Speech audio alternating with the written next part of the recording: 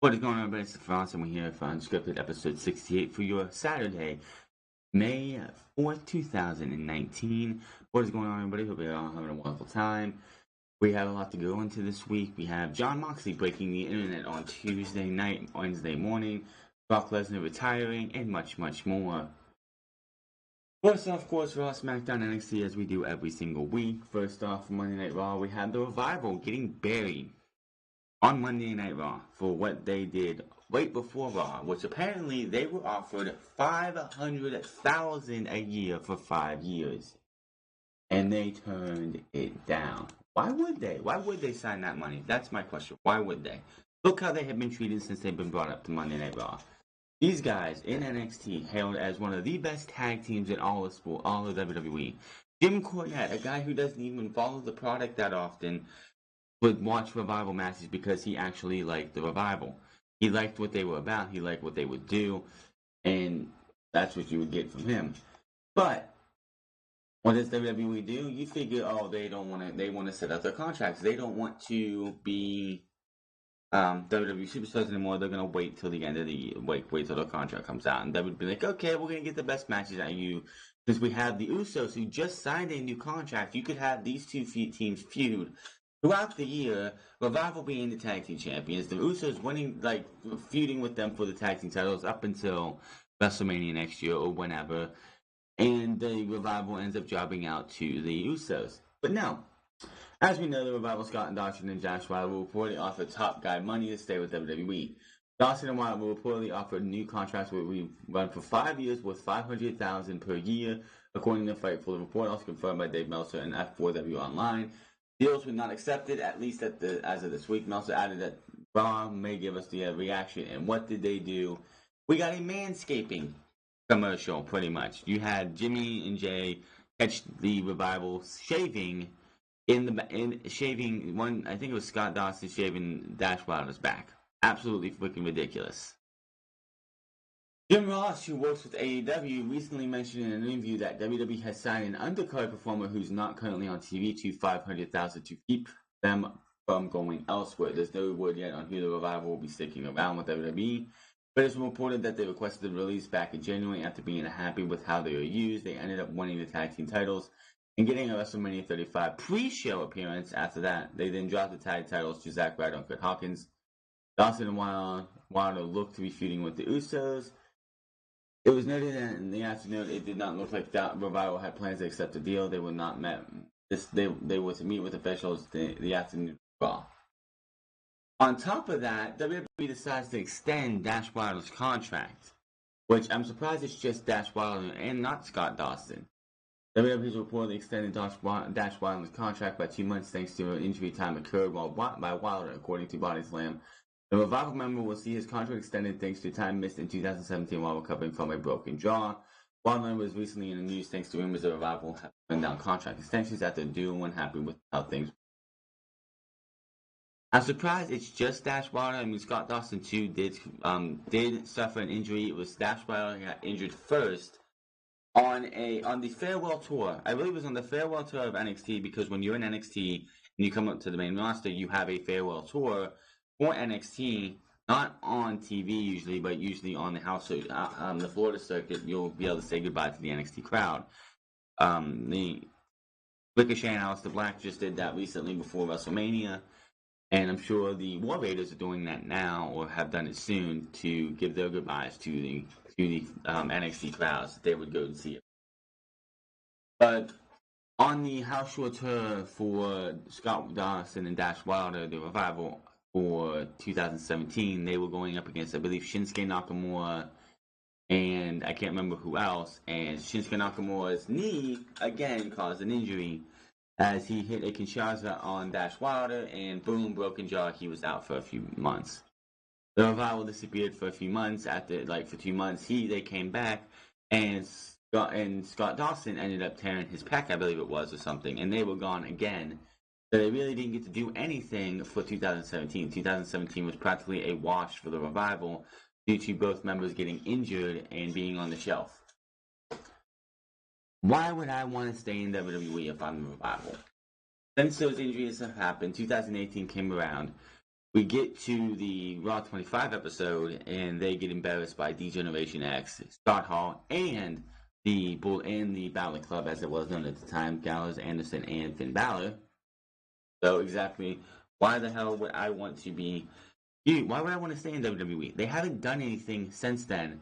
They go out there, they get humiliated week after week after week after week because Vince McMahon is petty. Oh, you didn't sign with me? I'm gonna flail my arms around and cry and make you embarrass the hell out of you because you didn't want to do what I said.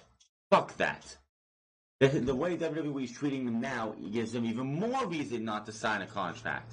You're gonna still continue to embarrass us as we go on. Why would I want to sign a contract with you? Absolutely fucking ridiculous. No reason for them to do this. No reason for them to treat guys like this, and they wonder why people don't stay. It's absolutely ridiculous. Yes, I'm the Revival. I'm leaving. I'm not coming back, and I want nothing to do with the WWE after this. When the contracts are up next year, will they go to AEW immediately if AEW is a thing at that time? Which we're hoping AEW is going to be a thing, but we don't know what's going to happen between now and then. Everything could crash and burn for All Elite Wrestling, and next thing you know, they're just done. No, we'll have to wait and see. So Monday Night Raw. Oh, Monday Night Raw's ratings are horrible. You had AJ Styles and Seth Rollins promoted for the entire night. You had them promoted as being a contract signing at the end of the night, and they could not keep the ratings from sagging. Raw hit an all-time low. Monday Night Raw's episode featuring AJ Styles and Universal Champion Seth Rollins signing the Money in the Bank contract as a main event. Segment drew 2.158 million views. This is down 9% from last week's 2.375 million views. This is the lowest non-holiday viewership in history. Also, the lowest non-NFL Monday Night Football fight. Which these ratings continue to sag for WWE. They will not be able to hit. They're going to fight for 2 million views going on with the NFL. This show hits 2.336 million views for hour 1. That's down from 2.680. The second hour drew 2.241, which for last week was 2.296, which was actually not that big of a drop from hour 2 last week to this week. And the final hour drew 1.898. Hour 3 of last week was 2.16. Last year, this time they were 3. They were still in the 3 5 years ago. Now, here's the thing. Everyone's like, oh, ratings are down. This is great for AEW. They're going to come in. They're going to kill Monday Night Raw. This is bad for AEW. WWE is leaving a stain on the TV industry that, hey, if AEW doesn't get this contract signed soon, it might not come to be. Because, quite honestly, this is not good. WWE is the standard bearer. WWE is the be-all, end-all of wrestling right now on TV. And the fact that you're going to have WWE continue to lose the ratings and the ratings just continue to fall is not good for them. AEW should be hoping, and everybody should be hoping, that Raw gets better in the ratings, because I want AEW to succeed. I know you want AEW to succeed, but with the fact that AEW is faltering, I mean not AEW, but WWE is faltering in the ratings, does not help the perspective of wrestling on mainstream TV. If I'm AEW, I want that contract signed now. Now, not next week, not 2 weeks from now, not doing double or nothing. I want that contract signed now, so I can get the most out of the deal, instead of the deal makers coming back and like, Wrestling, like WWE is doing shit. Wrestling is not doing good at all on TV. We're going to pull that deal back a little bit and we're going to lower everything.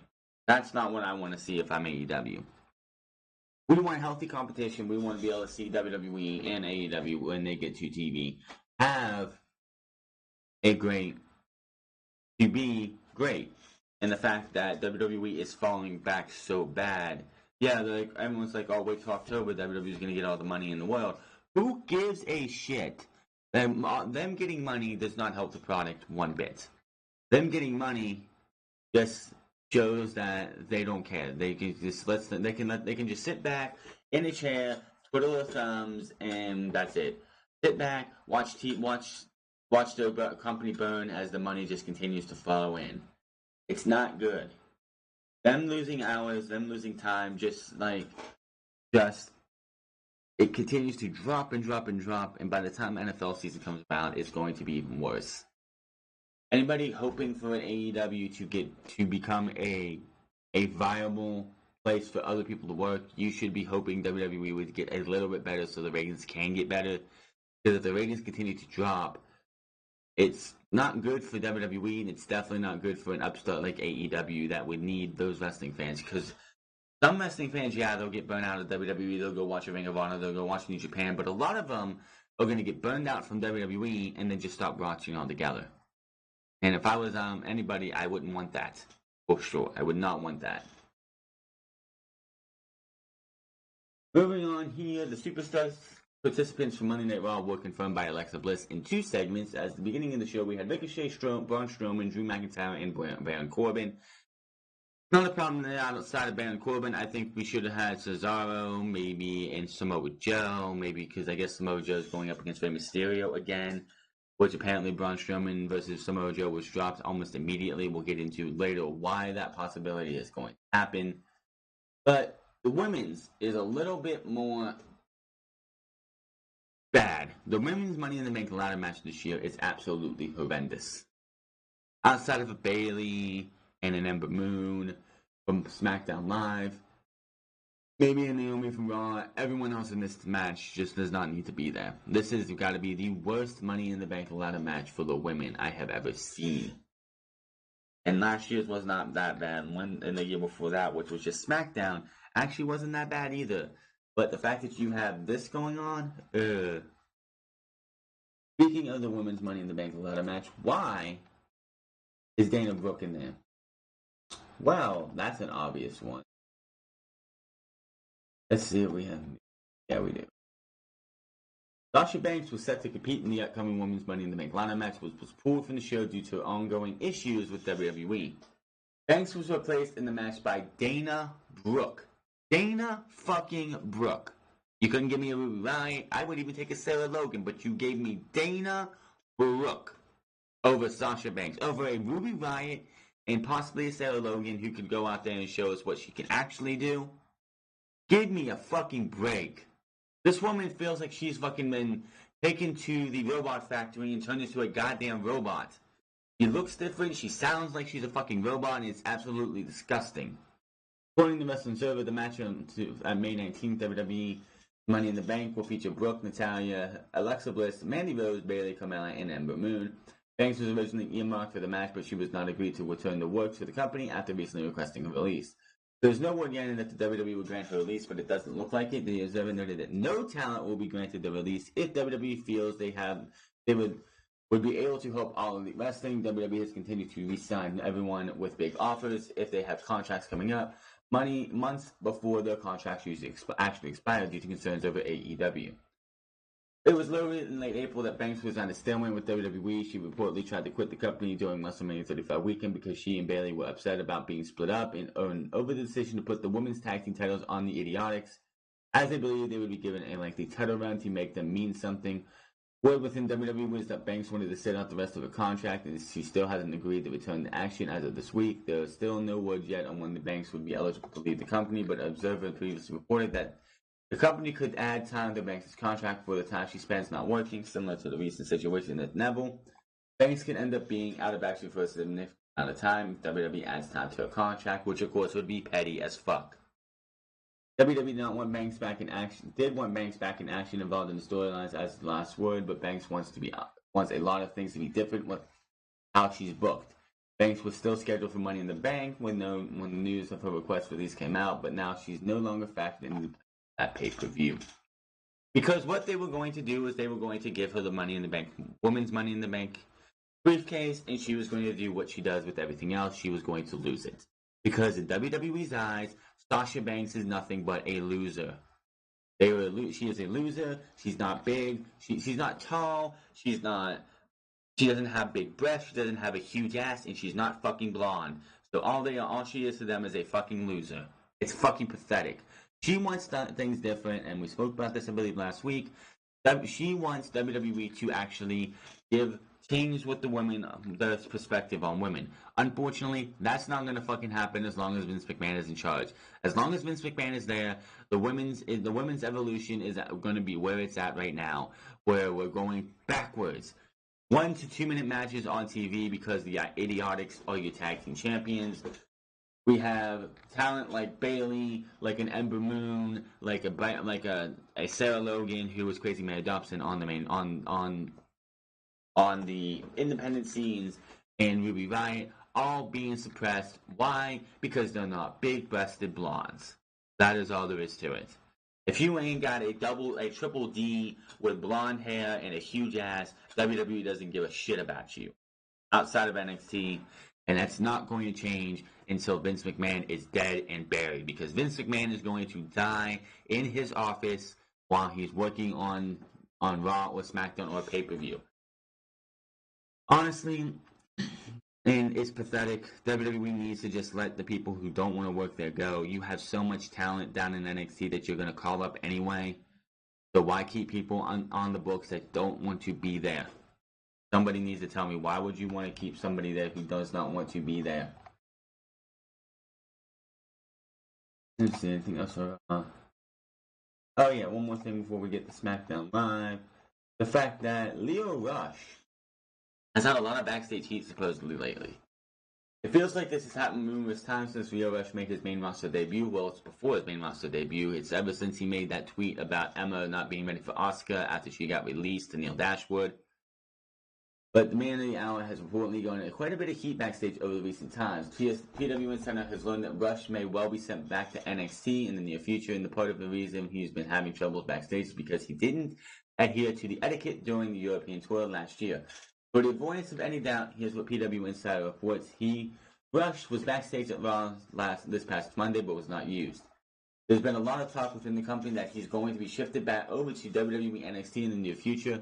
Rush has been a polarizing figure backstage from some time among other wrestlers dating back to the November 8, 2018 European tour, where as a junior member of the tour, he blew off what has long been considered backstage etiquette for the junior members of the roster on overseas tours, including being at the gorilla position after matches to provide water for two talents as they return from the ring, as well as carrying coolers and drinks into hotels where the roster was staying in order to set up a common area where everyone can socialize privately together.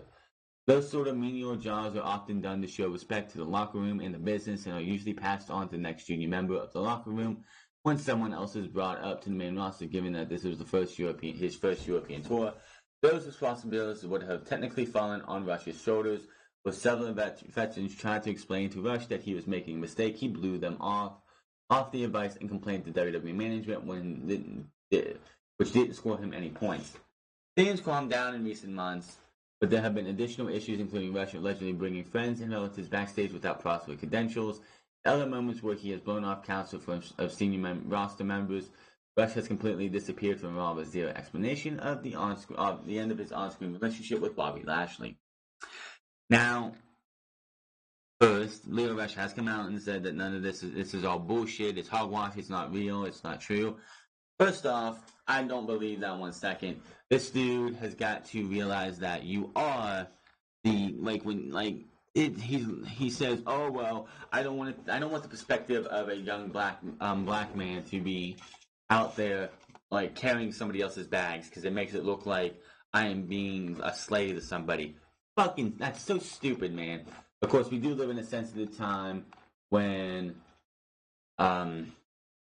where if that was to be seen. Yes, probably someone's gonna be like, "Oh my God, look at these guys! They're treating this guy look at these racists! They're treating this little black dude as a slave." Please, this continues as Rush turned down a new WWE offer and claims he's broke, and Mark Henry comments on this. Rush continues to respond this week to some of the reports of backstage heat and issues. Rush said in an interview with Fightful that his issues are not with Bobby Lashley or working with him, but with him not being paid for merchandise that uses his catchphrase and not being paid what he feels he's worth. Which, honestly, everyone should be should be paid what they feel like they're worth or what they actually are worth. And quite honestly, what WWE offered him is a good amount of change. Does he feel like he's more worth as much as he says he is? Absolutely not, because all he does is go out there on Monday Night Raw and be a nuisance for Bobby Lashley, which is his be his mouthpiece. So my issue has never been with Bobby Lashley, he said. Being with Bobby has helped the both of us tremendously, Rush said. It has given me speaking confidence I didn't know I had. I never was a promo guy on the indies, but being with Bobby Lashley made me a promo guy. My issue isn't with my on-screen role. My issue is the fact that I haven't been on the meet and greets with Bobby Lashley, haven't been getting paid for merchandise for us that has my catchphrase on them. I've been sent to live shows and TVs and forced to pay my own rental for 5 days as well as hotel while not making enough money to do so, walking around broke in the biggest sports entertainment industry that there is while having 2 kids and a wife to support. Rush also said he believes someone in WWE is leaking false information to get him released. Hall of Famer Mark Henry appeared on Busted Open Radio earlier this week and spoke to Rush's situation. Henry noted that he started out with WWE in 1996 and helping WWE Hall of Famer Yokozuna with one of his responsibilities. It's not a race issue, it's an ego issue, Henry says. Who are you? Nobody is exempt from being respectful to the business and paying homage to the guys drawing money. We all have done it. Steve Austin did it. The Rock did it. You're better than Rock. Get the hell out of here. Henry also said he recently approached Rush to ask him about some of the issues. I said, I pulled him aside the last time I saw him and told him, I'm hearing stuff in the locker room. What's wrong? He said, nothing's wrong, but it was a blatant lie to my face. I let him know that if he has a question right now is the time to do it. Regarding Rush's issue of pay, Henry says he needs to change the way he spends. Henry says, if you can't pay for rental cards and you can't pay for hotels with the money that you are making every week, you need to change the way you're spending your money. You can't blame that on the office. If you spent everything before you got it, that's your problem. Exactly. That is the problem, not just with Leo Rush, but that's the problem with a lot of people who get money. If you're somebody like those like NFL superstars and NBA superstars and NHL guys and baseball guys, not all of them, but there's always been stories of guys who get this, who see this, like these $6-7 figures, and they just get this money to come in, and they're spending more than they're making. By the time their career is over, they're flat broke and they're on the streets because they spent too much money. Be responsible with your money that you get. If you're making $300 a week, or $300 like $500 a month, or $600 a month, be careful, know what you can make, know what you can spend, and make sure that you have enough money so you're not walking around broke. Henry said it is to be a huge supporter of Rush behind the scenes, according to PW Insider. PW also was reporting on the issues, noting that there has been a lot of talk about Rush's future within the WWE, and there are rumors of Rush being moved back to NXT in the near future. PW Insider was reporting that Rush has been a polarizing figure backstage for some time, and the other wrestlers going back to the November tour, as we noted. Let's see.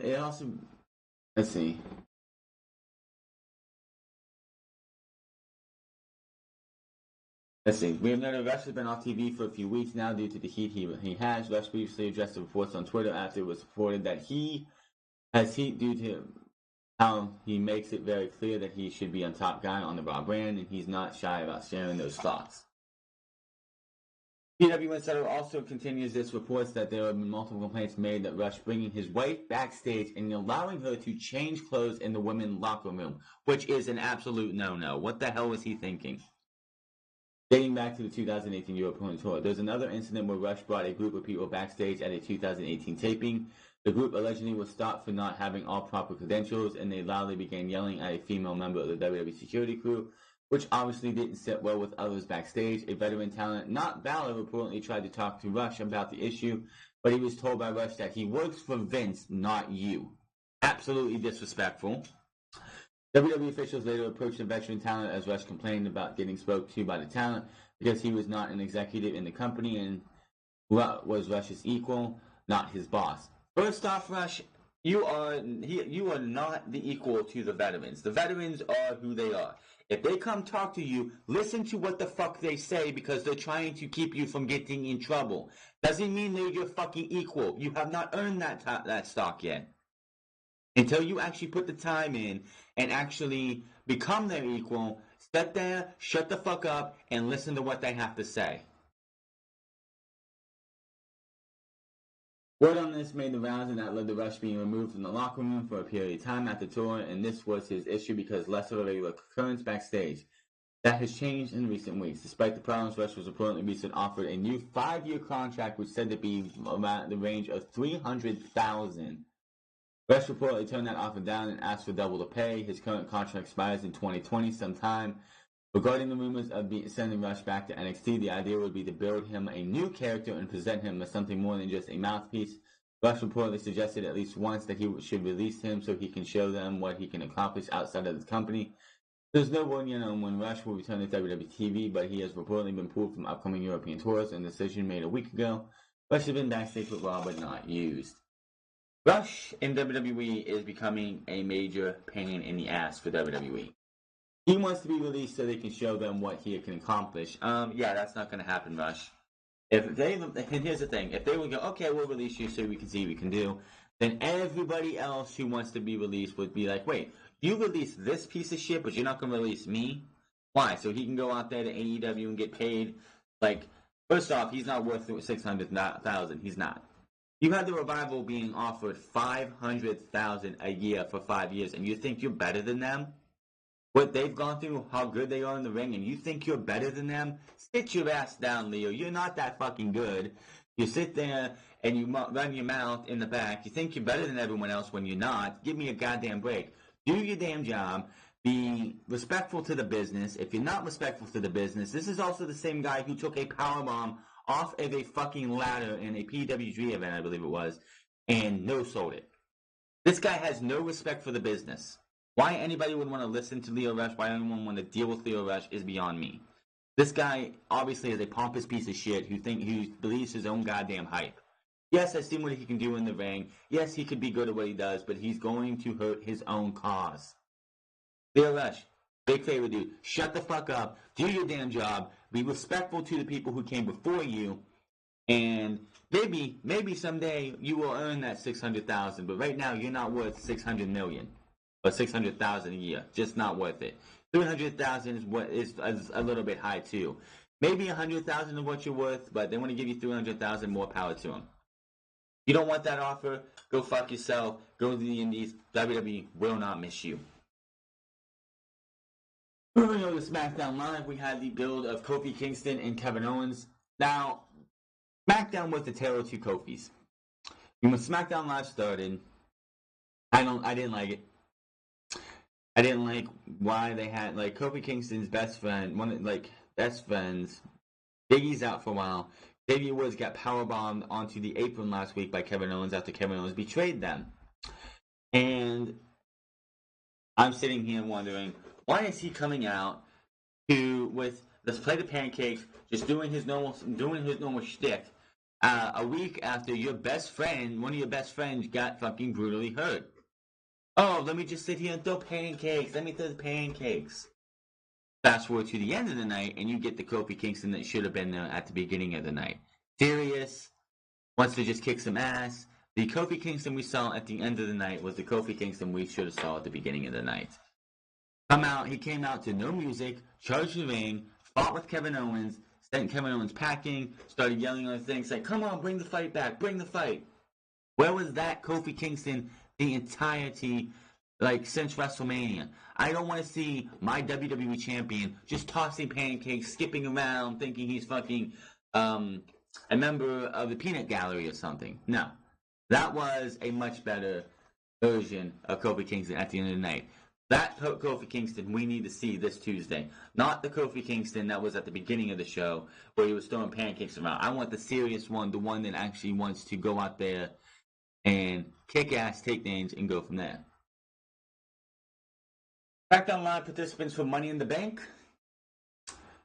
Andrade, Randy Orton, Mustafa Ali, and Finn Balor. The men's Money in the Bank ladder match could be one of the best with Ricochet, Drew McIntyre, Andrade Cien Almas, Randy Orton, Mustafa Ali, and Finn Balor should be great. Baron Corbin, I would not surprise me if they gave Baron Corbin the Money in the Bank ladder match just because they want to try and give this guy heat. In my opinion, that's just going to kill the ratings even more. You want the ratings to drop below below 1 million of Raw on Raw? Give Baron Corbin that Money in the Bank ladder match and see how that goes. Bayley, Ember Moon, Mandy Rose, and Carmella for the Women's Money in the Bank ladder match. Again, there are more positives in the men's Money in the Bank ladder match than the women's. The women's, there's only 3 positives, I guess, or 2. And that's Bayley and Ember Moon. I guess Naomi would be fine as well. Carmella, I guess, posted a picture on Twitter yesterday of her going back to her blonde hair. So I'm like, oh, great. She's going to get the face. She's going to be able to carry her favor in WWE again because she has her blonde hair back. Great. SmackDown hit low ratings as well. It's just pretty much SmackDown's worst enemy is Monday Night Raw. And this is bad. This is absolutely bad. SmackDown this week featuring a closing segment with Kevin Owens and Kofi Kingston, plus a main event of Randy Orton and Andrade Cien Almas versus Mustafa Ali and WWE Intercontinental Champion. Finn Balor drew 1.833 million viewers. WWE cannot, and I repeat, cannot go into Fox with these type of ratings. This is down 11.5% from last week. Also, I forgot to mention that Raw and SmackDown did the rinse and repeat. Raw, 4 members of Money in the Bank had a tag team match with Ricochet and Braun Strowman versus Drew McIntyre and Baron Corbin. What did that do? That gave us the same thing on SmackDown Live with, of course, the main event, Andrade Cien Almas and Randy Orton versus Mustafa Ali and Intercontinental Champion Finn Balor. So it's just like rinse and repeat, rinse and repeat. And Vince McMahon wants to blame ratings being down due to superstar absences. You have Roman Reigns on SmackDown. You have AJ Styles on Raw. You have Seth Rollins on Raw. Who's missing? Oh yeah, Dean Ambrose, aka Jon Moxley, which we'll talk about later, is gone, but he was not a ratings draw. Nobody on the main roster right now is a ratings draw. Nobody on the main roster will ever be a ratings draw again because Vince McMahon doesn't allow anybody go any higher than they want you to. Roman Reigns will not ever be the ratings draw they want him to be. Nobody on the main roster is a ratings draw because of just how badly you book the shows. This did worse than the New Year's Eve 2015 episode, which drew 1.658 million, and that was the final SmackDown on Sci-Fi. This was back when the show was taped and featured superstars from both brands. This is absolutely horrendous. Yeah, this is the only first one episode that did worse was the New Year's Eve 2015 episode, which was the last episode on Sci-Fi. This is 25% down 25% from last year, like same week last year, which averaged 2.436 million views. SmackDown's not doing good. And WWE thinks, oh, we're gonna go to Fox, we're gonna get major advertisement, we're gonna go to Friday night, and people are gonna watch on Friday. Are you fucking kidding me? Honestly, to me, Friday is the worst time of the year, worst day of the week. Like Friday, Saturday, and Sunday for a TV show, a TV wrestling show like SmackDown Live to be on TV, be live. Because one, college is going to kill SmackDown Live here and there in the coming, towards the end of that college season because there are games on Fridays, and more people are going to watch that over SmackDown Live.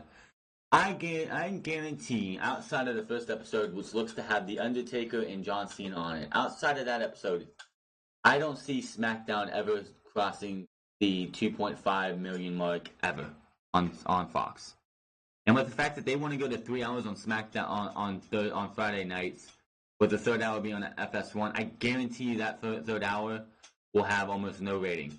I guarantee you that third hour will be like the lowest rated hour ever. I guarantee you Fox will be like, well, that didn't last. We're gonna cancel that third hour. We can't do it. They can't go to Fox with these type of ratings. Because if they get to Fox with this type of ratings, Fox will cancel them within the first month. And then SmackDown will have to go to syndication. Plain and simple. Because I don't think they have a backup plan. I don't think USA is going to grab SmackDown again because USA didn't want SmackDown, and that's why they went into Fox. SmackDown definitely not looking good. SmackDown also had Bayley versus Becky Lynch, which of course was the first time ever on the main roster because Becky has been on SmackDown, and until recently Bayley has been on Raw. Not much else happened on SmackDown Live. Not really. You have, going over to NXT, we had the Full Sail tapings. We had Forgotten Sons versus Danny Burch, Oni Lorcan, and Humberto Carrillo. Kushida made his in-ring debut against Cassius Ohno.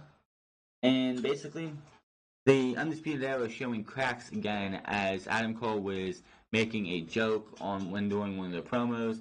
Roderick Strong took offense to that and he left the area showing cracks just to, go this in.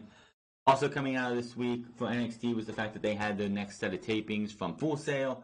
The biggest news, and I'm not going into any spoilers, but the biggest news is the fact that there is a new commentary member in NXT. At the beginning of the latest set of NXT tapings, WWE Hall of Famer Beth Phoenix was introduced as a new member of NXT's commentary team at this moment in time. It's not known whether or not this is a permanent move as Beth Phoenix returned to the WWE family again after a recent in-ring comeback at WrestleMania 35.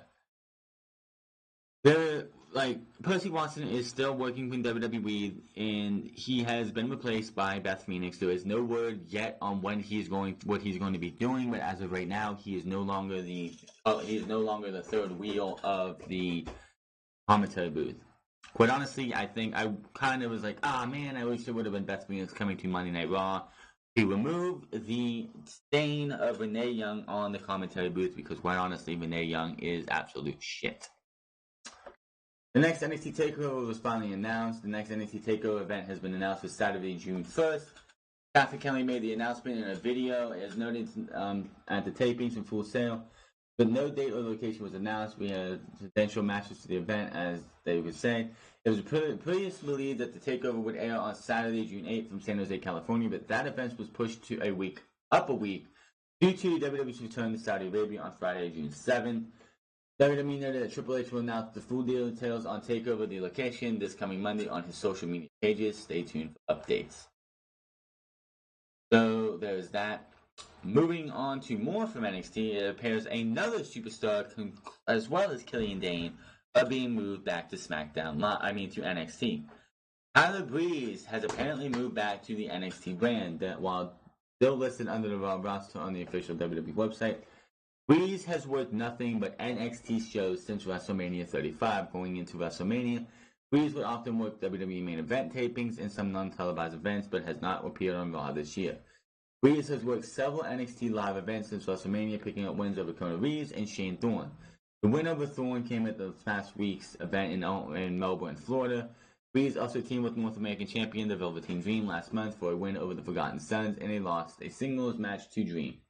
Breeze worked Wednesday's NXT tapings at Full Sail University and began a new TV feud with Dream. It looks like Breeze may challenge Dream for his title on the next NXT TakeOver event on June 1st. That match has not been confirmed. Breeze has been teaming with Fandango on the main roster until Fandango suffered a shoulder injury in July 2018. Fandango is expected back in action soon and has been back training since March. The Breeze versus Dream title feud is very interesting because WWE recently began a TV feud between Dream and Dominik Dijakovic. It was believed that Dijakovic would be the next one to challenge Dream for the title. Dijakovic's status is currently up in the air as he did not work Wednesday's TV tapings and there was no mention of the feud with Dream. We will keep you updated on the news about Dijakovic's status. We know he worked the April 18th live event defeating Kona Reeves and the April 19th live event losing the team. So, a lot of interesting things, and I'm wondering why was Killian Dane and Tyler Breeze able to go back to NXT, but yet when Ty Dillinger asked to go back to NXT, they gave him a hard no. I really want to know that. Why is it so difficult for superstars to not be able to go to NXT unless WWE's like, yeah, we're just going to throw you down to NXT? Luke Harper wants to leave WWE. Vince McMahon has no plans to use Luke Harper, and we'll talk about that in a second. Why not just send him back down to NXT? If you have no plans to use this guy, but you're paying this guy, why not send him to NXT where Triple H can use him? Let's find that news because I know I have it on here. Let's see here. Here it is. Vince McMahon has reportedly informed Luke Harper in writing that the company will not be releasing him for WWE contract, according to Dave Meltzer. As noted, Harper announced back on April 16 that he requested his relief of unhappiness with how he's been used. It was reported last week that WWE has added another 6 months to Harper's contract for the time he spent on the shelf. After his wrist surgery, his contract was to expire in November of this year, but now it won't be able to leave until around WrestleMania 36 time in 2020. WWE had plans for Harper to return in the feud with Sami Zayn. Vince reportedly saw Harper's return match earlier this year and then made the decision not to use him. So why the fuck are you paying him? Why the fuck is he on your payroll? And why the fuck is he in WWE if you don't want to use him? This is absolutely stupidity and just fucking pettiness by Vince McMahon. Vince reportedly said he didn't get him and complained that Harper couldn't even do a southern accent, which seemed to stem from WWE wanting Harper to do a southern accent 4 years ago. Absolute pettiness. Vince McMahon is the most pettiest piece of shit I have ever fucking heard of. Harper has been regularly pitching ideas to WWE officials while he was out with injury, but they turned every pitch down. Harper was cleared to return back on February 6th, but he wasn't using him beyond the WrestleMania 35 Access taping. Vince randomly wanted to know why Harper wasn't in the sixth annual Andre the Giant Memorial Battle Royal at WrestleMania, which is why he was added in the match. Apparently, the end of the Battle Royal was a mess as winner Braun Strowman forgot his spot, which is one of the reasons why Strowman hasn't had much of a push since winning the match. Harper was the beginning feud with Sami Zayn the day after WrestleMania, but he was told that he wasn't needed for the post-WrestleMania TV tapings in Brooklyn. Harper then went home, but was called to come back on Tuesday for a match with EC3. Harper was basically used as a dark match opponent to test out the wrestler-manager pairing of EC3 and Drake Maverick. The agent in charge of that match had set up the several manager-related spots in the match. Vince watched the match and said he hated the spots with Drake. WWE creative then held a meeting on the first day of the Superstar Shakeup, and when it was asked which brand Harper would be going to, Vince commented on how he can't even do a southern accent and how the match with EC3 was bad. Harper ended up going nowhere in the Shakeup, and that's when he asked for his release. There was no word yet on if WWE will bring Harper back on TV or if it was set out while they wait for the contract to end. Just release the guy. You're not doing anything with him or send him back to NXT. You put Killian Dane and Tyler Breeze back in NXT. Send Luke Harper back there. This is absolutely fucking pathetic. This is got to be nepotism or something, I don't know. This is fucking stupid. Oh, he can't do a southern accent, so we're just going to pay a guy millions of dollars. This is WCW. This is absolutely WCW. Lanny Poffo, Macho Man's brother, had a contract with WCW for 5 years. Never used at a TV taping. Never worked on pay-per-view. Never worked anything. And got paid handsomely just to keep him out of WWE. Or keep him off the streets. This is WCW. WWE is going the way of WCW. Are they going to go into business anytime soon? No. But they're turning into WCW. They're paying people to not be on the streets. They are paying people to stay. They are signing people to ridiculous contracts.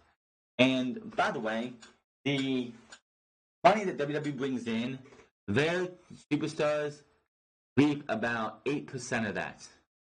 That is bullshit. When you see, like the NFL, the NBA, the MLB, the NHL, those stars, those sports athletes, they bring in about 42 to 50% of the revenue that the company makes. The fact that WWE's superstars only bring in like 8 to 10% is absolutely ridiculous. This is pathetic. Vince McMahon again showing you how fucking petty and pathetic he is. Absolutely. This is just horrible. Horrendous. WWE does officially announce the next Saudi show, though. Brock Lesnar, The Undertaker, and Bill Goldberg will be a part of WWE's next Saudi show in Jeddah. WWE officially announced that they will return to King Abdullah Sports Stadium in Jeddah, Saudi Arabia on Friday, June 7th at 8 p.m. AST time. In addition to Goldberg, Brock Lesnar, and The Undertaker, WWE announced Roman Reigns, Kofi Kingston, Seth Rollins, and AJ Styles for the event. No matches have been announced on this wedding, although The Undertaker is rumored to be wrestling Elias. If Goldberg faces Brock Lesnar, it would be their fourth meeting on pay-per-view. Goldberg won the first two matches at WrestleMania, WrestleMania 20 and Survivor Series 2016. Lesnar, who recently announced that he would not be returning to the UFC, which we will talk about that in a minute, defeated then WWE Universal Champion Goldberg for the title at WrestleMania 33 in 2017 in Goldberg's last match for the company. It will be the first event in Saudi Arabia since the controversial Crown Jewels show last November in Riyadh.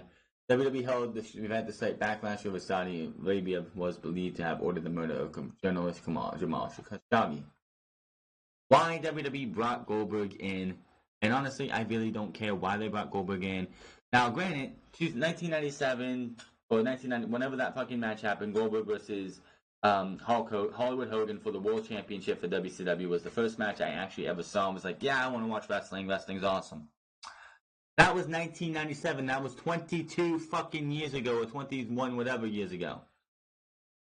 Not really into the Goldberg thing anymore. Yeah, it was cool to see him come back for his son and whatnot 2 years ago, but can we get over this? WWE has signed WWE Hall of Famer Goldberg for the June 7th Saudi Arabia show to keep him from all elite wrestling.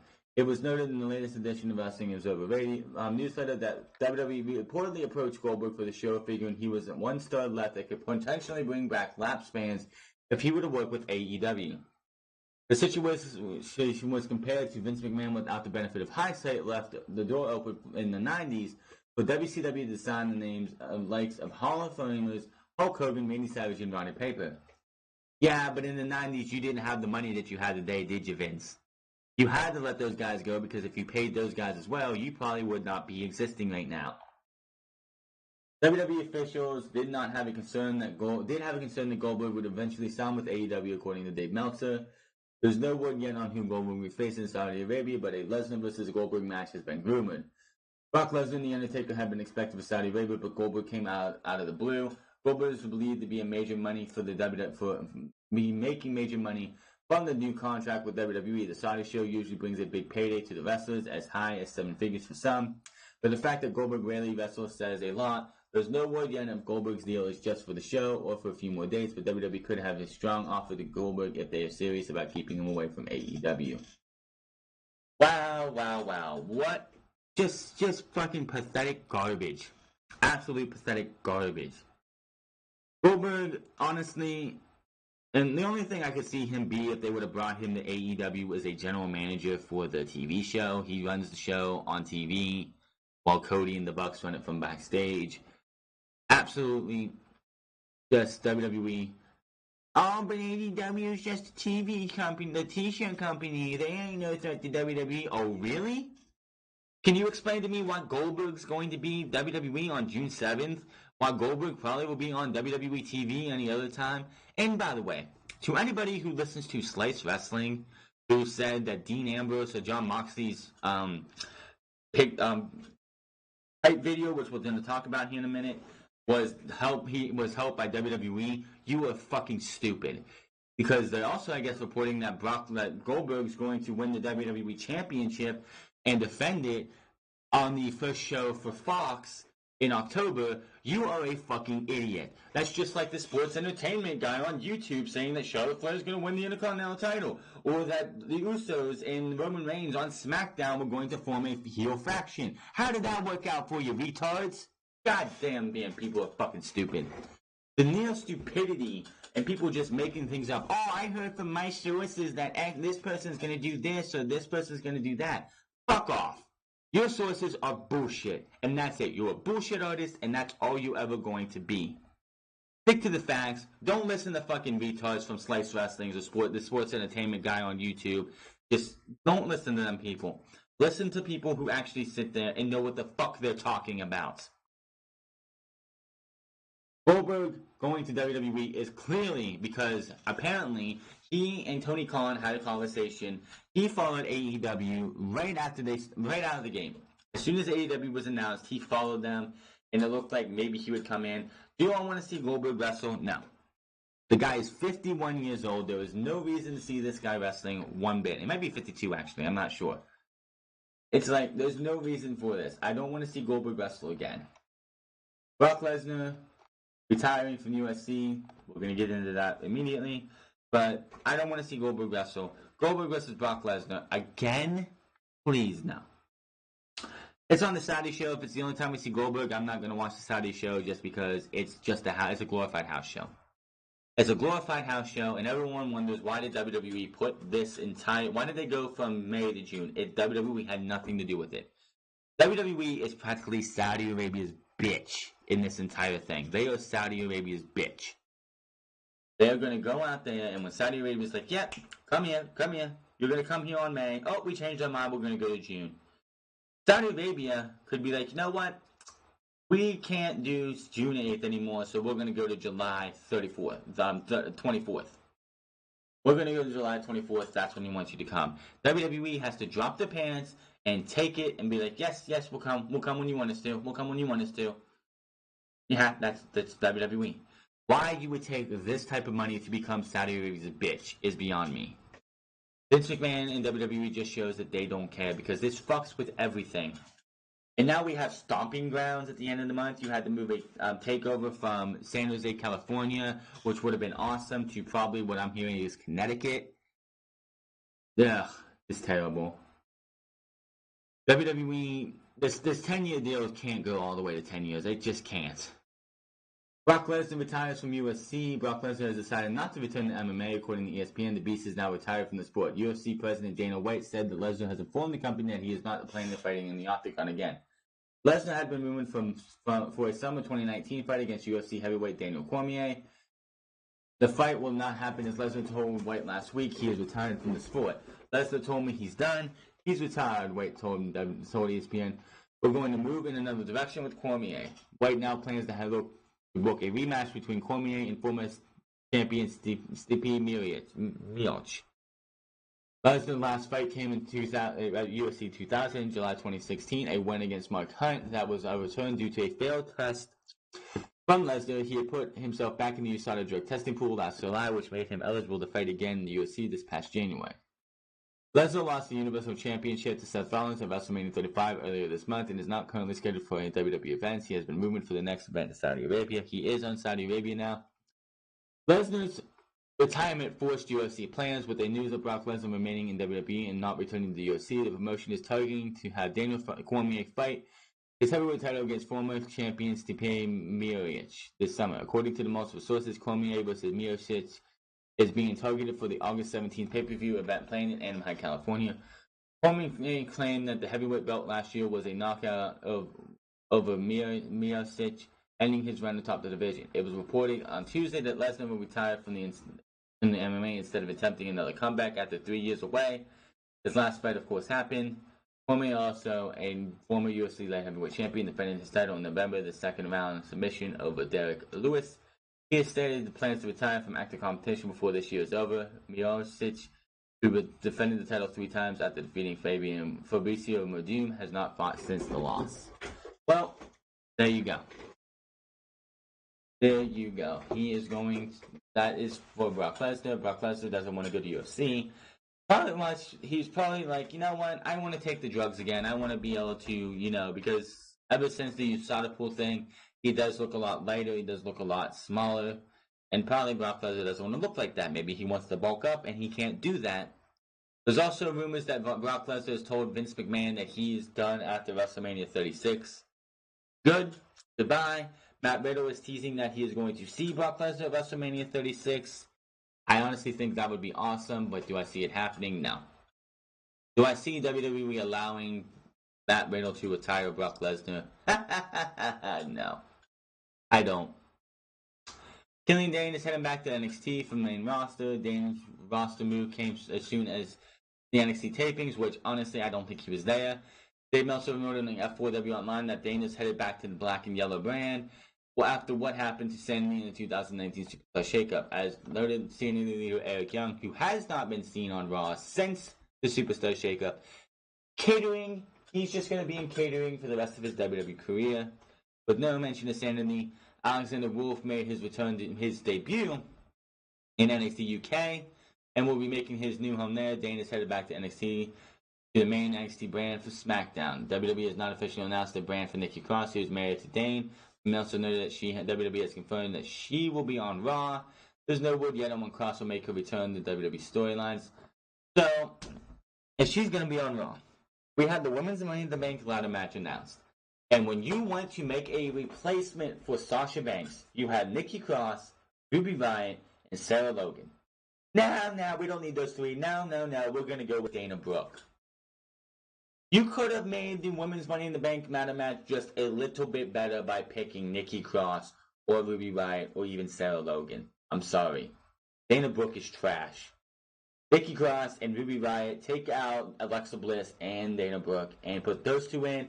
That's a better looking Money in the Bank ladder match in my opinion. The team spent time together in NXT before being called up to the Blue Brand in 2018 last year. They rarely was used, but since getting caught up, only having made sporadic appearances on SmackDown Live. Because Vince McMahon doesn't fucking care. He probably saw Sanity just like Luke Harper. Luke Harper was like, I don't get it. We're not going to use them. Fuck it, we're going to pay him, but we're not going to use them. I don't get the gimmick. You can tell Vince McMahon doesn't watch NXT. How could you not get this gimmick? The fact that you brought them up without Nikki Cross was a crime in and of itself. But the fact that you brought Sanity up, did not use them at all. This team should have invaded SmackDown. Fuck the damn promos. Lights go out. Lights come back on during a tag team match. They lay waste to everybody in the ring. Lights go out. Lights come back on. They're gone. And then you just continue to do that. They end up beating up people. They end up winning matches. They end up winning the tag team titles. They hold them by just creating chaos. WWE didn't do that. Vince McMahon didn't get the gimmick and was like, you know what? I don't get it. We're not going to use them. And when the Superstar Shaker comes around, we're going to move one to Raw. We're going to move one to NXT UK. And we're going to move one back to NXT. Vince McMahon is pathetic. And the fact that you took Killian Dane and for a while there, put him in a singlet, that just ruined him. You took the great look of Killian Dane and just tried to stifle it. Absolutely ridiculous. We'll see what he does in NXT, but I do not believe from looking at Twitter, I don't think he was at the taping, so maybe they're trying to repackage him. We'll have to wait and see. He's probably not going to be Killian Dane anymore. That was just like a name they gave him for his sanity. He was Big Damo when he came to NXT. Then they put him in Sanity to replace the injured Sawyer Fulton, who is now in TNA Impact Wrestling as Madman Fulton. But Killian Dane going to NXT is probably the best thing for Killian Dane. Daniel Bryan, update on this guy. He has been cleared to return to WWE and will be written back in the storyline soon, perhaps as early as next week, reports Dave Meltzer. Bryan has not appeared at any live events or television tapings since suffering an undisclosed injury at WrestleMania last month. Bryan's injury was reportedly being closely guarded. It is still not known exactly what the issue is. The original plan is for Bryan to wrestle WWE Champion Kofi Kingston at Money in the Bank pay-per-view on May 19th. However, Kingston will now be facing Kevin Owens, who turned in Kingston last week despite just returning as a babyface 2 months earlier.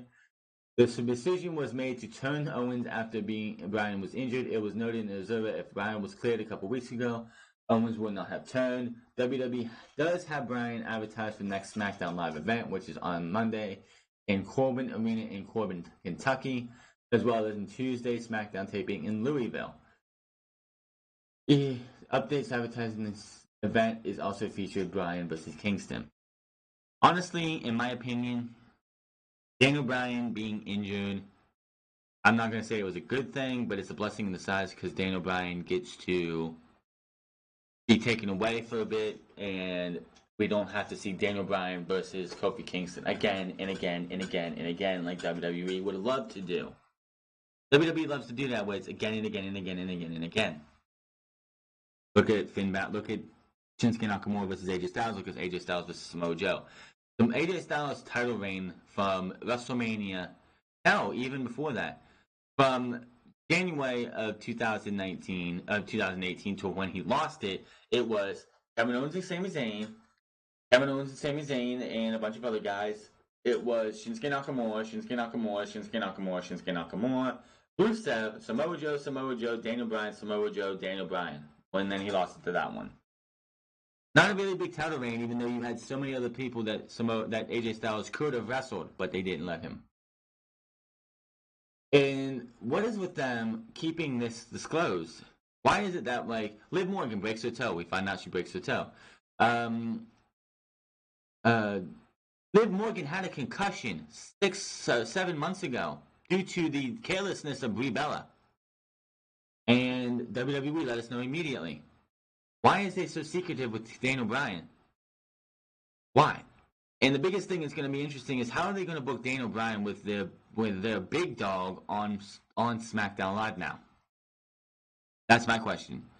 WWE held Daniel Bryan out in 2016 because they wanted to get Roman Reigns over as best as they could, and they fucking knew if Daniel Bryan was an active competitor that Roman Reigns never stood a chance to be the big guy. And what has it done? It's blown up in their face.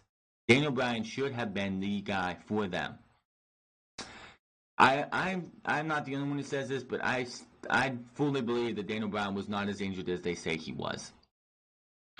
He came back, looked as good as new, and it was emotional and everything. This guy is a treasure for WWE. He is a treasure in WWE.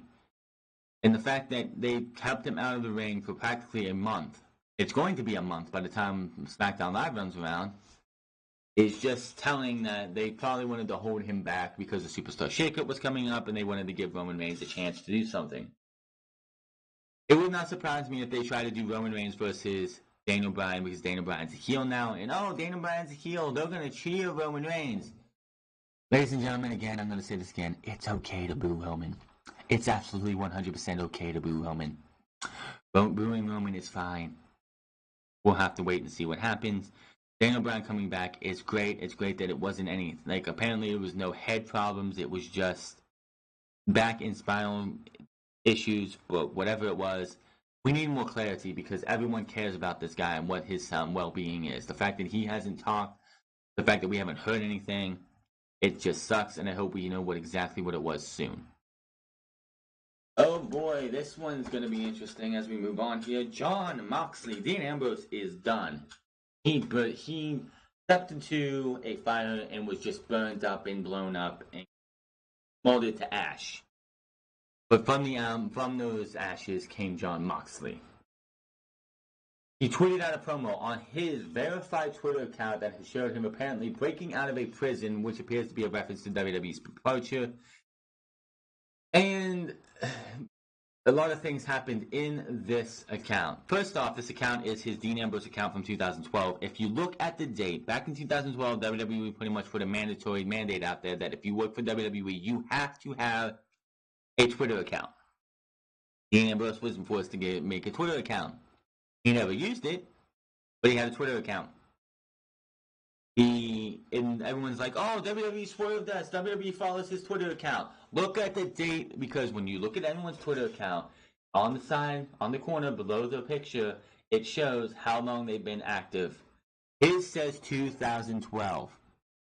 What was Jon Moxley doing in 2012? Oh, that's right. He was being WWE's slave and being called Dean Ambrose and being a member of the Shield. So to any idiot or retard or dumbass out there who thinks this is a WWE production off of that, you are a fucking idiot. The header and profile image of the account features Dean Ambrose in the middle of a ring in a black silhouette, in like a silhouette form of himself. The account reads professional wrestling. Ambrose wrestled his last match with WWE as a recent live event in Moline, Illinois. He teamed with Roman and Universal Champion Seth Rollins to defeat Baron Corbin, Drew McIntyre, and Bobby Lashley in a match that aired live on the WWE Network as the Shield's last chapter.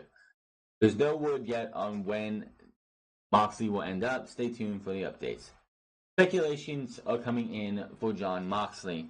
There are hash marks shown in the video as Moxley is breaking out of the prison. The portion that is lit adds up to 25, which could be a teaser for Double or Nothing, taking place on Saturday, May 25th, Las Vegas. Some people have speculated that Moxley is initially in an asylum at the start of the video, and Jon Moxley is escaping from the Ambrose asylum. Someone mentioned that him shoving and breaking the walls down is a reference to Chris Jericho, because he actually broke, with just his shoulder, he broke the wall that he was stuck into to leave. But that's shown in the video from the Viper Room, main symbol in the promotional team for Starrcast in Las Vegas, which also takes place on May 25th. It runs on May 23rd to 26th. The number of the dice shown are 2 and 5. It's believed that Moxley would be unable to appear at would be able to appear at Double or Nothing, as he is not under a no-compete clause because his contract ran out this past Wednesday morning. Fans on social media have also pointed out how Ambrose is being chased by not just any dog, but a big dog. After breaking out of prisons, could be the reference to Roman Reigns trying to keep Dean Ambrose in WWE. Moxley is apparently also shown walking through West Hollywood, California. In the video, as the logo of the famous bar called the Viper Room can be seen. And another note of the speculation, AEW Vice President Cody Rhodes also has liked the Moxley promo on Twitter.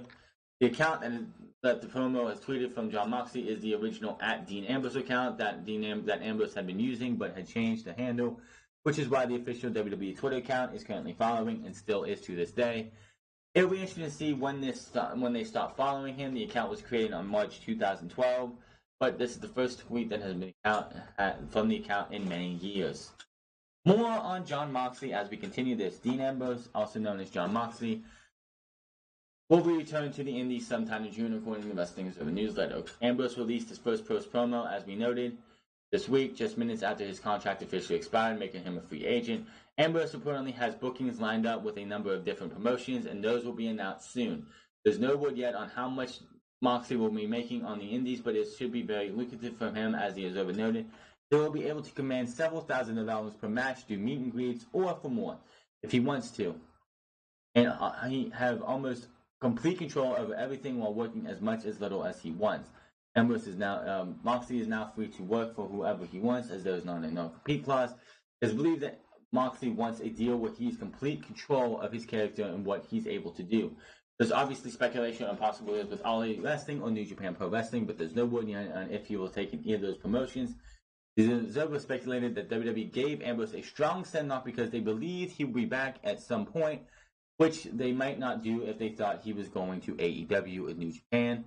WWE kept offering more money to Ambrose to try and get him to resign, but he kept turning the offers down to the point that they realized he was determined to leave and there was nothing they could do to stop him.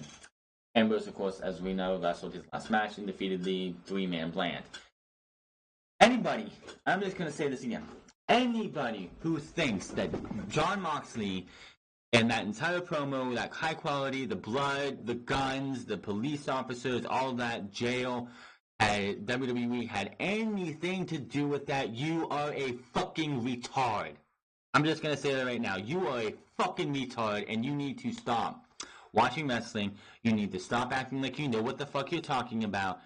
WWE, it's like, in the thing, he gets caught in barbed wire, he has it wrapped around his hand, and the last thing you see is blood trickling on the ground. It comes up, and he has blood on his hand in barbed wire, and he's just holding his fist up.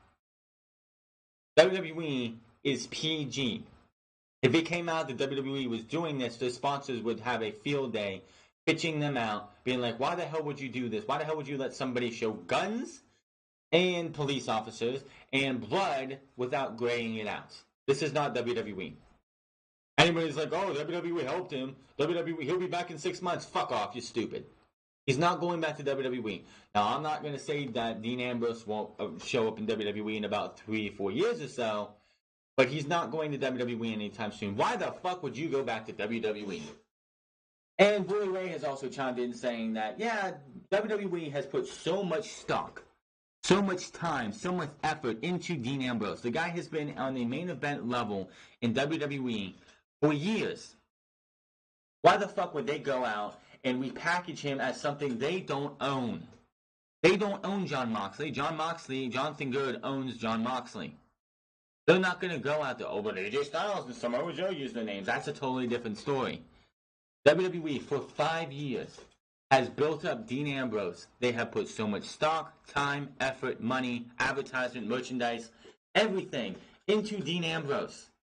Why now would they let him, quote-unquote, leave and only come back as Jon Moxley? You know how much equity that is? How much time, how much effort that is? Yes, Vince McMahon could do that if he wants to, but Vince McMahon's not going to do that.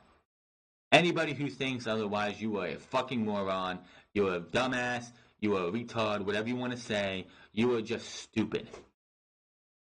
Jon Moxley, I'm not saying he's going to AEW, I'm not saying he's going to New Japan. For all we know, he could be going back to CZW where he made his name. Jon Moxley was a mainstay in CZW. There's also talk of people wanting to see him versus Jimmy Havoc, which, quite honestly, if you wanted to make that the 8th match for Double or Nothing, you don't need any promotion. It's King of the Death match versus a former King of the Death match. Jon Moxley is going to make his name and show WWE how he should have been treated and how he should have been used in WWE, especially with his last heel turn last year. It's great to see Mox back. People say, I can't wait to see the Titty Master. I'm like, well, first off, this guy is not the Jon Moxley he was before. I'm sure he's going to be a refined version of Jon Moxley. Jon Moxley himself has been gone for 5 years. He's refined. He's done stuff in WWE. So hopefully he'll be able to change what he can do. All we have to do is just say, we'll see. Double or Nothing is in 21 days, in 3 weeks. 3 weeks from now, we're going to be dealing with Double or Nothing.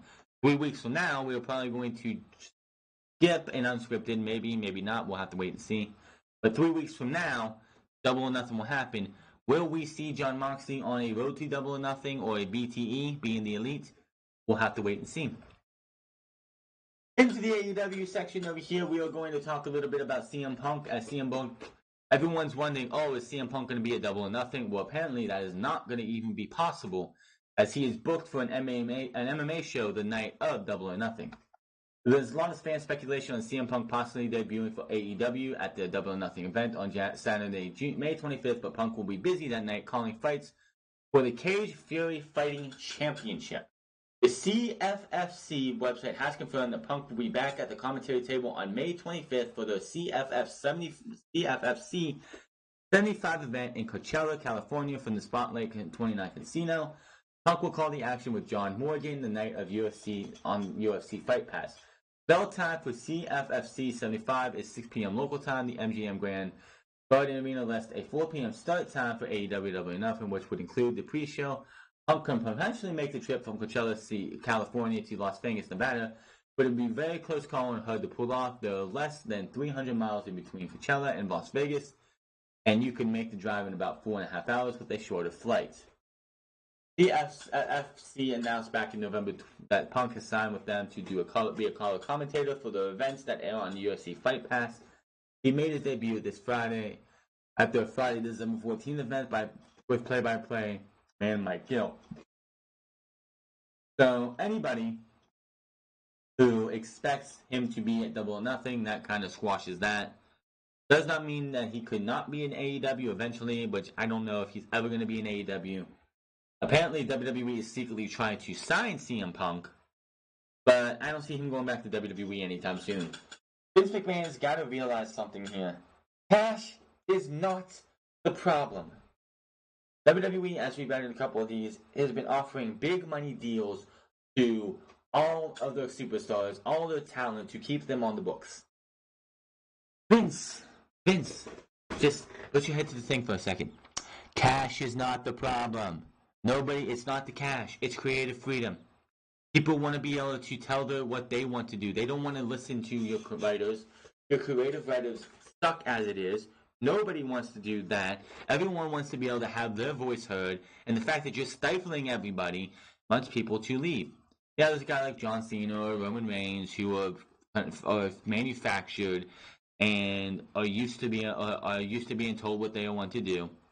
Seth Rollins is dealing with it right now because he's Universal Champion. it would not surprise me in a year or so, Seth Rollins, especially if AEW gets better and WWE continues to flounder, that Seth Rollins wants out and he wants to go back to being Tyler Black.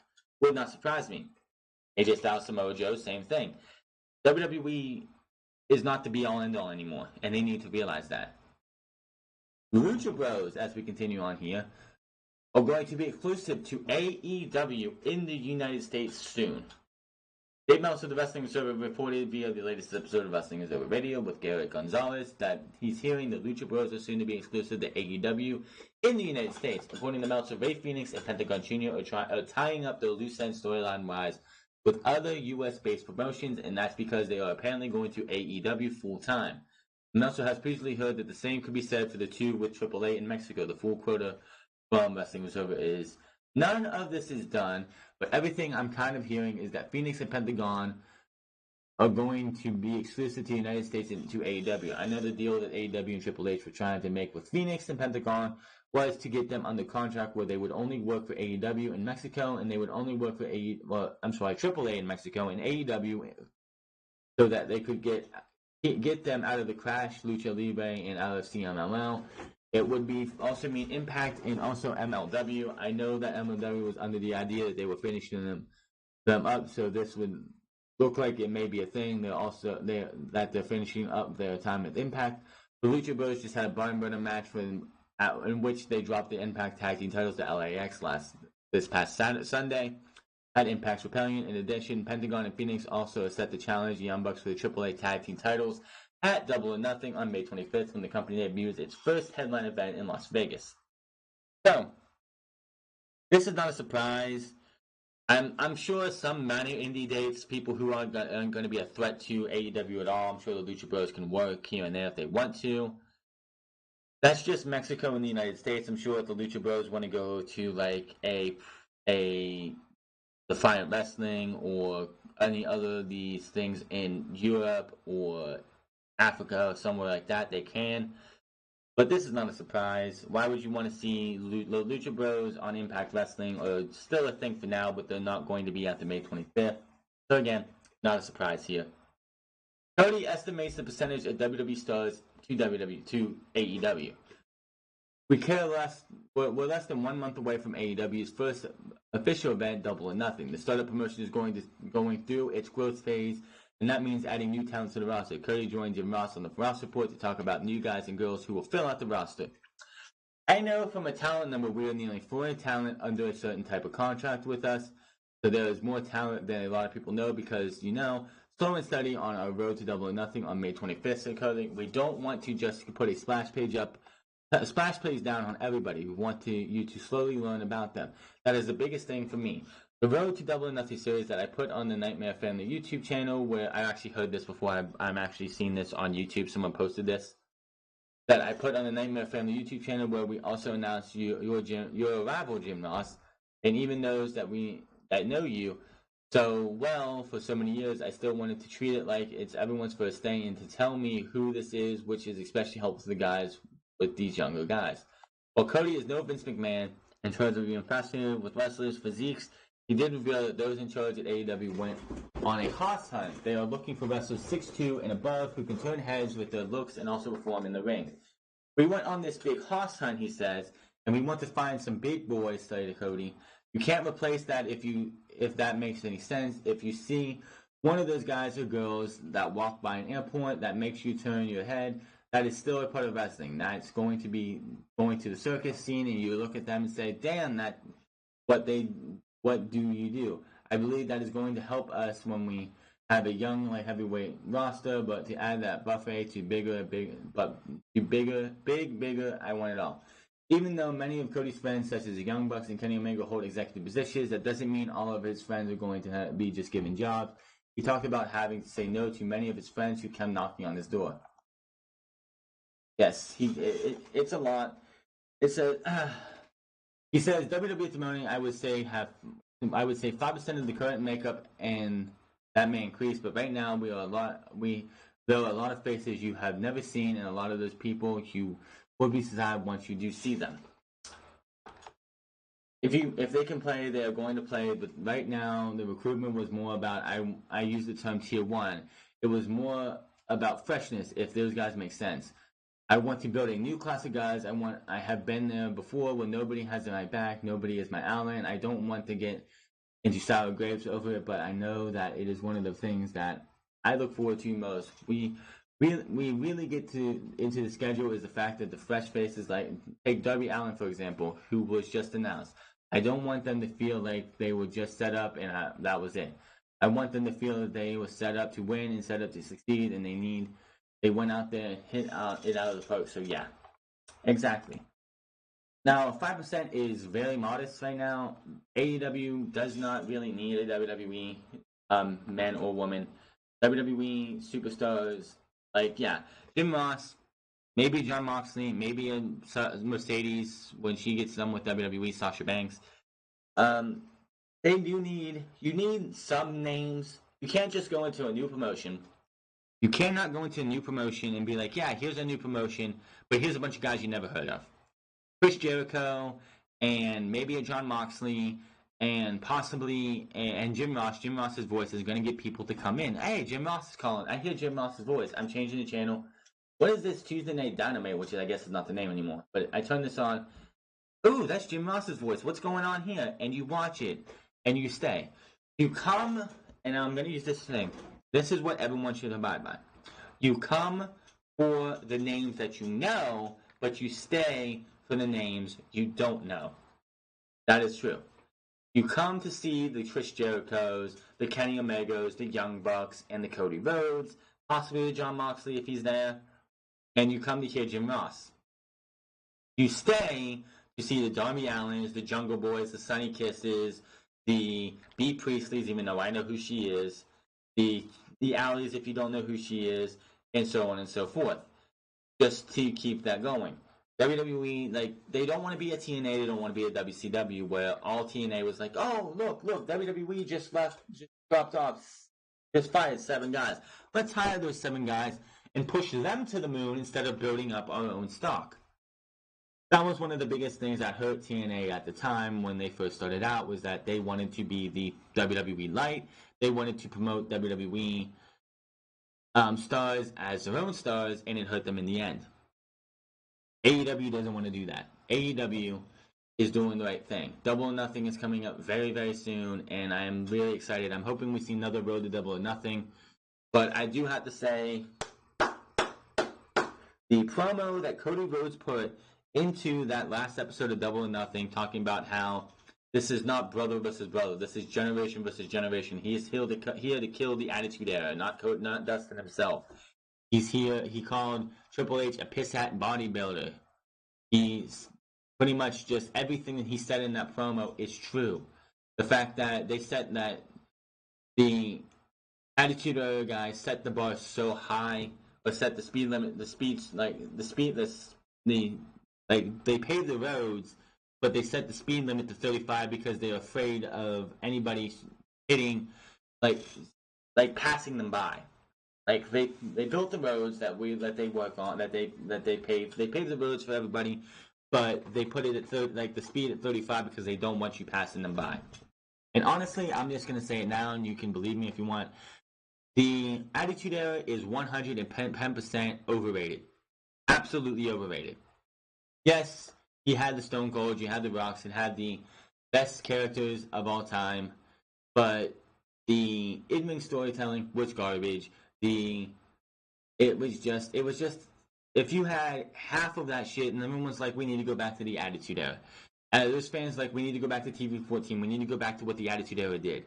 If you did half of what they did in the Attitude Era now, Monday Night Raw and SmackDown Live would cease to exist, because that shit would not fly today. It's just AEW is going to be an alternative, and we'll see what exactly AEW does. I can't wait to see what happens. But anybody who sits there and says AEW is not putting fear in WWE, you're out of your damn mind. Vince McMahon put 6 more months on Luke Harper's deal and refused to release him because he would go to AEW probably, and Brody Lee would actually be a hell of would be awesome. They don't want to release Scott Dawson and Dash Wilder because they know going to AEW in 6 months or so, probably for not Fight for the Fallen, but the one after that or whatever, would be catastrophic to them because they would go out there, they would put on great matches with the likes of the Lucha Bros, the Young Bucks, the Best Friends, and so on and so forth. Private Party. WWE is scared. Vince McMahon is afraid. Now, last time Vince McMahon was put in this position, we ended up getting the Attitude Era. Will we see that this time? Doubt it. Vince McMahon, like the creative is just, it's just all about Vince McMahon. Vince McMahon's vision. Anything you see on WWE TV is Vince McMahon's vision. Having Vince McMahon, and people are sitting there and people are like, oh, Road Dogg's killing WWE. Road Dogg's killing WWE. These creative teams are killing WWE. No. The creative team are not killing WWE because everything that they want to do, Vince McMahon's like, oh, that's great, that's great. 1 week later, oh, we're changing everything. I changed my mind. Vince McMahon changes his mind more than you change clothes. It's absolutely ridiculous. And enough. It's absolutely enough of it. Until Vince McMahon is gone, until the creative is changed, WWE is just going to continue to slip and slip and slip. And hopefully AEW will wake them up, and hopefully AEW will make them change. But I highly doubt that. AEW needs to get this TV deal now, before WWE continues to slip, because WWE themselves, with how bad their ratings are going, is putting a bad stain in the TV industry's minds for wrestling. WWE does not want to promote professional wrestling. They want to promote this entertainment bullshit. And it's going to make getting AEW a deal a lot harder than it seems. This is your Unscripted for episode 68 for May 4th, 2019. May the 4th be with you. Hit that subscribe button, comment down below, like or dislike this video. Find me on Twitter at The France Club. Find me on twitch.tv/TheFront08. I will see you guys Monday for Monday Night Raw, SmackDown Live on Tuesday, and Wednesday for NXT. Until then, my name is The France, and I will see you guys later.